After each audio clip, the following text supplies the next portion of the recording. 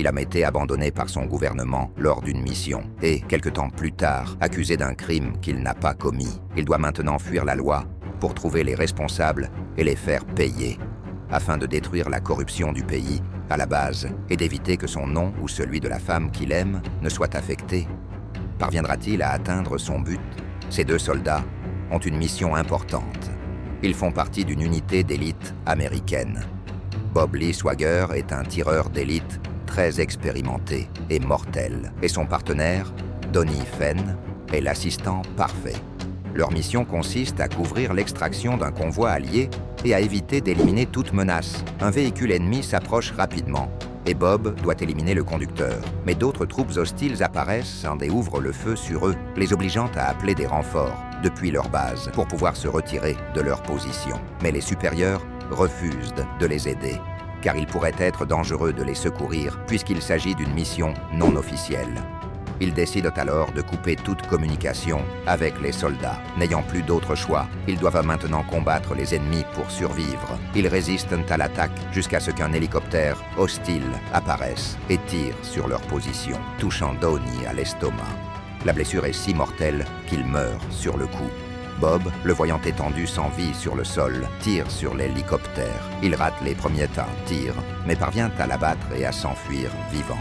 3 ans ont passé, et Bob vit maintenant dans les montagnes, loin de la ville. Il mène une vie tranquille avec son fidèle compagnon, un chien. Un jour, il reçoit la visite de plusieurs agents du gouvernement. Le colonel Johnson est le chef du groupe et s'adresse directement à lui pour lui demander de prêter ses services à une mission importante. Il lui explique que la CIA a découvert qu'il prévoyait d'assassiner le président lors d'un discours programmé. Comme cet homme est le meilleur tireur d'élite que l'armée ait jamais eu, on lui demande de réfléchir à la manière dont l'ennemi va s'y prendre et de devancer ses intentions, le trouver et d'empêcher l'assassinat du dirigeant du pays. L'ancien soldat n'est pas sûr de lui et demande un temps de réflexion. Après le départ des agents, il commence à s'entraîner au tir et, après avoir réfléchi, il appelle Johnson pour accepter la mission. Il se rend dans la capitale du pays et y étudie tous les points et positions possibles qu'un tireur d'élite pourrait utiliser pour assassiner le président. Il informe l'agent en charge de l'opération et, après avoir vu son travail, l'agent le félicite pour son dévouement et lui demande d'être présent lors du discours afin d'éviter que les choses ne dégénèrent. Pendant les préparatifs, Bob rencontre un homme, Michael Sandor, un ancien militaire à la retraite qui participe également à la mission. Le jour du discours du président arrive et tout le monde est en place pour le protéger. Mais l'ex-militaire a un mauvais pressentiment et demande que le président soit évacué, mais personne ne l'écoute. Soudain, un homme habillé en officier se faufile derrière Bob et lui tire dessus à bout portant, le faisant tomber au sol. Au même moment, un mystérieux sniper tire sur le président, mais la balle atteint un archevêque et la cible est sauvée.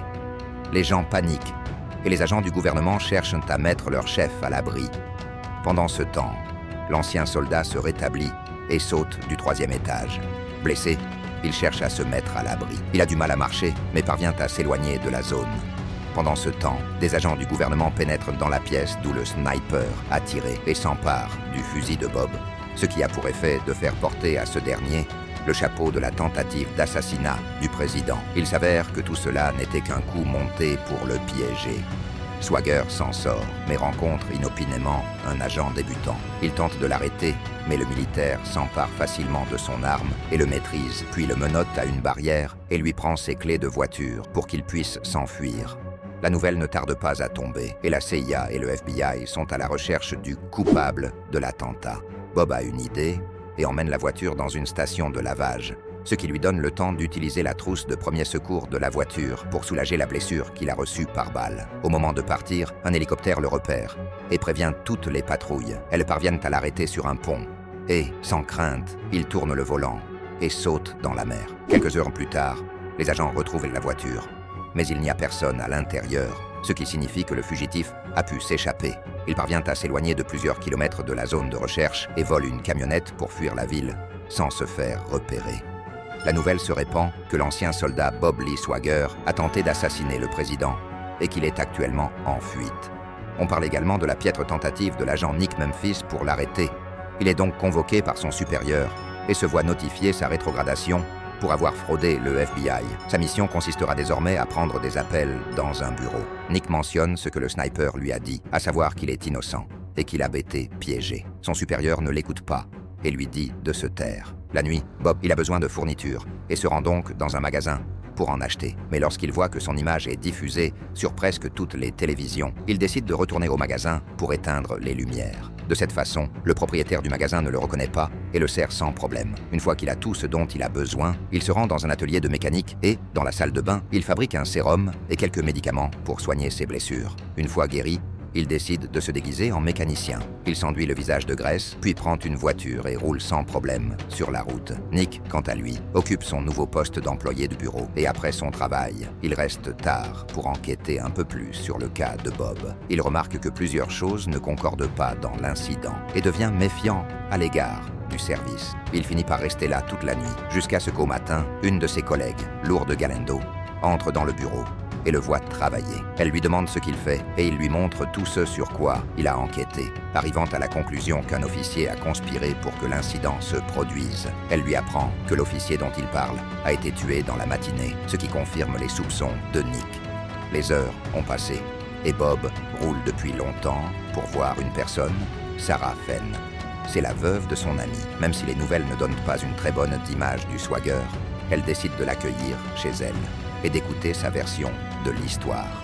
Après qu'il lui a tout raconté, elle le croit sur parole et lui demande ce qu'elle peut faire pour l'aider, ce à quoi il répond en lui demandant de soigner ses blessures. Elle place divers médicaments et anesthésiques sur la table et Bob inhale un gaz qui le rend inconscient, afin qu'elle puisse utiliser ses compétences d'infirmière pour refermer ses plaies. Un jour, Nick décide d'enquêter sur les sites d'où le coup de feu a pu être tiré ce jour-là.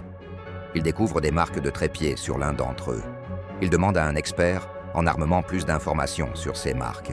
Celui-ci lui répond qu'elles ont été faites par un fusil télécommandé, peut-être celui utilisé le jour de l'attentat. Pendant ce temps, après plusieurs heures, Bob se réveille avec des douleurs, mais sans blessures graves. Sarah lui apprend que les hommes qui l'ont piégé sont également venus chez lui et ont tué son chien bien-aimé. Une fois rétabli, il élabore un plan pour se venger de ceux qui ont sali son nom. La jeune fille lui donne le fusil avec lequel Donnie avait l'habitude de chasser et tous deux se mettent d'accord sur les différentes parties du plan. La mission consiste à utiliser Nick comme appât, puis à s'allier à lui pour prouver son innocence. Pendant le travail, l'agent commence à enquêter sur les informations fournies, mais les supérieurs impliqués dans la tromperie découvrent ce qu'il fait et décide de prendre les choses en main et ordonne à ses hommes de le kidnapper et de l'emmener dans un port abandonné pour lui soutirer tout ce qu'il a découvert sur Bob. Il leur dit qu'il ne sait rien, mais comme les hommes du colonel ont reçu l'ordre de ne laisser aucun détail, les agents placent un dispositif sur lui pour simuler son suicide. Mais personne ne se rend compte que le marine se trouve dans un petit bateau à une courte distance, ce qui lui permet d'abattre les agents malhonnêtes et de sauver son nouvel allié. Lorsqu'ils se rencontrent, Nick lui propose son aide et lui dit qu'il est capable de prouver son innocence. Cela n'a plus d'importance, puisque son chien a été tué. Maintenant, le soldat veut juste que ses ennemis souffrent. À l'agence, Johnson découvre que l'une des personnes qui intéresse le plus Bob est Sarah. Il prévoit donc de l'enlever et de l'utiliser comme otage. Pendant ce temps, l'ex-soldat et l'agent cherchent un expert en armement qui pourrait leur fournir des preuves tangibles que quelqu'un d'autre a tiré sur le président. Ils arrivent chez M. Rath, qui leur explique qu'ils utilisent souvent une technique pour faire croire que la balle Hernandez a été tirée d'un fusil, alors qu'elle l'a été d'un autre. Pour cette technique, ils utilisent du papier, et il leur dit également qu'un seul autre homme est capable de tirer un tel coup en plus de Bob, et que cet homme est Sandor. Plus tard, Nick appelle Lourdes pour l'interroger sur l'ancien militaire Sandor. Elle lui donne toutes les informations qu'elle connaît et leur indique où ils peuvent le trouver. Johnson sait que le coupable s'en prendra à Sandor. Il l'utilise donc comme appât pour le capturer. Au même moment, la nuit, il envoie ses hommes se faufiler dans la maison de Sarah.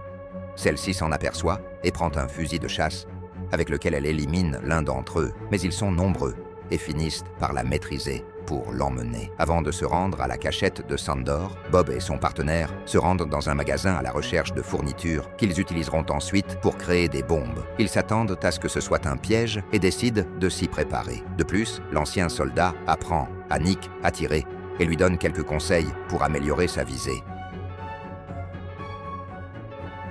Le moment est venu de partir à la recherche de Sandor. Tandis que l'agent se camoufle et reste aux abords en attendant un mouvement pour informer Bob, ce dernier s'approche discrètement des gardes pour les tuer sans attirer l'attention sur lui. Il en profite également pour placer les bombes à différents endroits du périmètre. Il parvient à se faufiler dans la maison de Sandor. Mais en le voyant, le vieil homme ne semble pas surpris de son arrivée. L'homme en profite pour lui dire toute la vérité. Il lui dit qu'il est lui aussi un tireur d'élite à la retraite comme Bob et que, comme lui, il a été dupé par Johnson. Il lui raconte que la cible, ce jour-là, n'était pas le président, mais l'archevêque d'Éthiopie, chef d'un petit village de ce pays, qui a été massacré afin de poser un oléoduc pour une compagnie américaine. Cet homme avait l'intention de révéler toute la vérité sur l'incident, et c'est ainsi qu'il a été tué par Johnson et Sandor.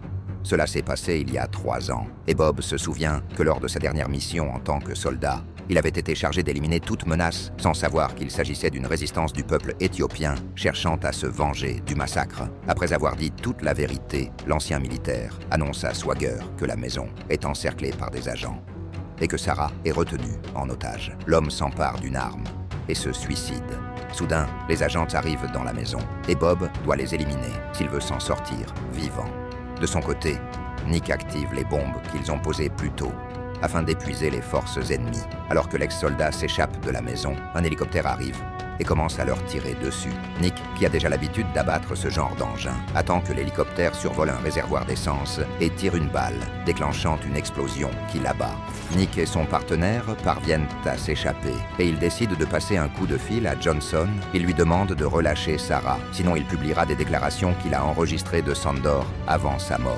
L'agence n'appréciant pas, les 2 hommes conviennent de se rencontrer sur une montagne enneigée. Johnson et ses hommes arrivent les premiers. Voyant au loin un homme s'approcher d'eux, Johnson ordonne à ses tireurs d'élite de faire feu. Il s'avère que cet homme était Nick, qui avait un gilet pare-balles et servait d'appât pour que Bob puisse trouver les tireurs d'élite et les tuer. Il abat également l'homme qui tenait Sarah menottée, puis s'approche pour la récupérer. À son arrivée, le sénateur Charles sort de l'hélicoptère et lui fait comprendre que tout le gouvernement est impliqué dans cette affaire et que la corruption du pays est telle que rien ne peut l'arrêter. Voyant que les enregistrements de Bob ne servent à rien, il décide de les brûler et de se rendre pour prouver son innocence. Il est arrêté et, quelque temps plus tard, il se défend devant un avocat pour prouver que ce n'est pas lui qui a tiré les coups de feu ce jour-là. Il leur explique qu'à chaque fois qu'il va à la chasse, il change tous les percuteurs de ses armes, ce qui rend son fusil incapable de tirer. Il met une balle dans la chambre et pointe le fusil devant lui vers Johnson. Appuie sur la gâchette, mais le coup ne part pas, ce qui convainc l'avocat de son innocence. Cependant, il ne peut rejeter la faute sur Johnson ou Charles, faute de preuves. Quelque temps plus tard, Johnson, Charles et d'autres agents discutent dans la cabine du sénateur. À l'improviste, l'un d'entre eux est transpercé par une balle et tué. Il s'agit de Bob, qui est maintenant là pour leur faire payer. Il tue toutes les personnes présentes. You out of your mind. I am a United States Senator. Exactly. La cabane explose et tout fait croire à un accident. Swagger retrouve Sarah, qui l'attendait dans une voiture, pour partir tranquillement sur la route et commencer une nouvelle vie ensemble.